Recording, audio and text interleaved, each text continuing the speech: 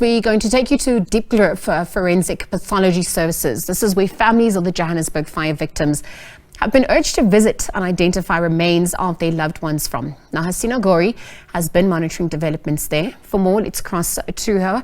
Hasina, good afternoon. You've obviously been tracking the story since it occurred.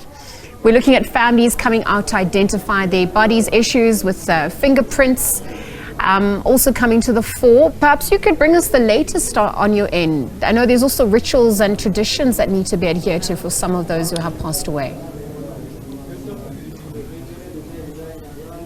Good afternoon, Liesl. Yes, it's quite an emotional day here at the Diepkloof Forensic Pathology Services in Soweto, where many of the family members have began coming in to come and identify the bodies. It has been, we've spoken around the process of what one can expect when they come here.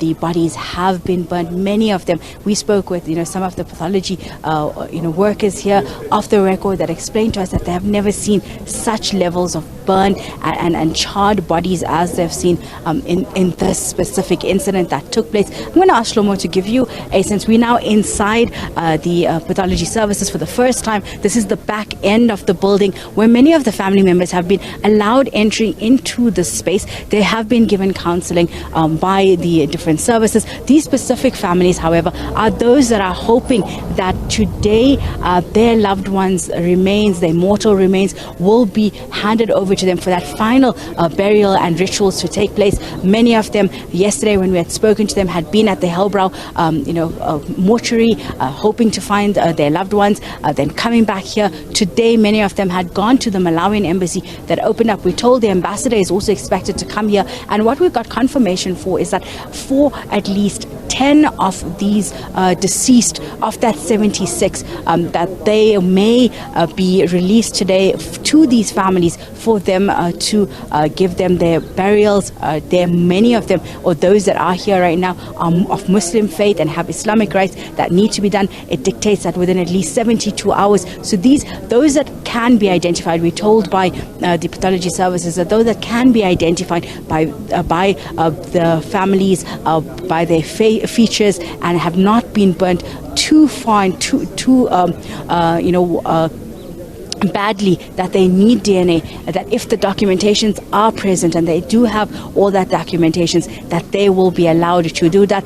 They have a service that is available as well here that is on site, also assisting them, taking them to the embassy, bringing them back. It has been for them, I think, a traumatic 48 hours. I'm going to ask Shlomo once again to just show you some of them that are sitting here. We've spoken to many of those that have been sitting here from Thursday afternoon. One, we know Hussein and Hassan and his family, they lost 6 family members. They lost a brother, their sister-in-law, the children, as well as a brother as well. Some over here are survivors of that fight. We are not allowed at this point to interview any of those that are here because we're inside the facility right now, and we're respecting the process as well, and also to allow for what needs to take place to happen right now. But we'll keep bringing you the story. We did speak to others earlier. Some are still looking for family members. We spoke to 2 earlier on, Liesl, in our crossings, who still don't know where their aunt is,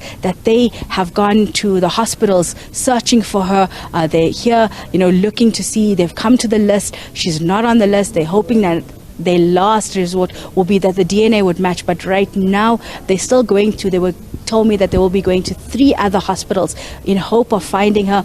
She was a 38-year-old who had just come to South Africa about 4 months ago from Malawi. Many of them seem to be from a area called Machinga in Malawi, and had come here for economic opportunities. This specific lady, her name was Jennifer Piri.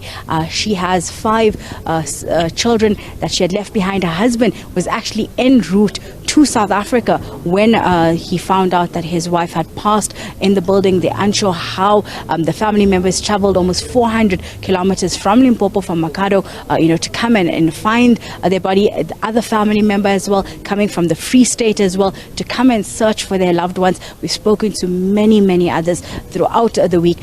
Who we are seeing here today are those that are specifically, I feel, that have to bury within, a specific time. They're now really trying to have that final rites done, and for that mourning period for them to begin. But also many of them still trying to figure out, those that had survived that fire, Liesl, that how are they going to survive and put shelter over their head, rebuild again once again. Lots of trauma, lots of grief. For many of them, that mourning period still hasn't even set in. They're still in shock. There was one survivor that we spoke to yesterday, even seen him here today as well, still trying to process losing many of his family members. But Liesl will keep you updated as the story continues. But for now, let's go back to you in studio. Thanks, Hasina. We obviously going to have to monitor developments as the emotional task at hand continues, given all the families that obviously have to identify their loved ones and try to put the pieces of the puzzle of their lives back together.